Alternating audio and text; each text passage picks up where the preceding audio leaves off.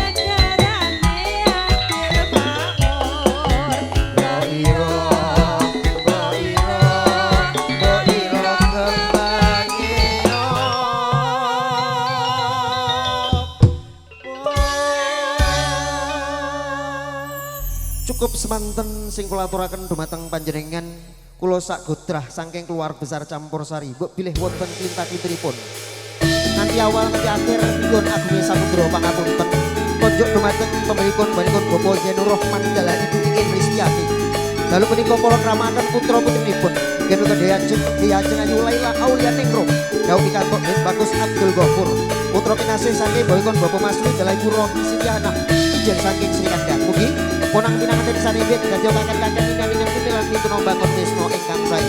Kula ngaturaken matur ugi panuwun dumateng panjenengan Bapak Zainur Rahman kali Ibu Istri Ristiati. Matur suwun dumateng DM Audio Production. Matur suwun dumateng SM Video Shooting.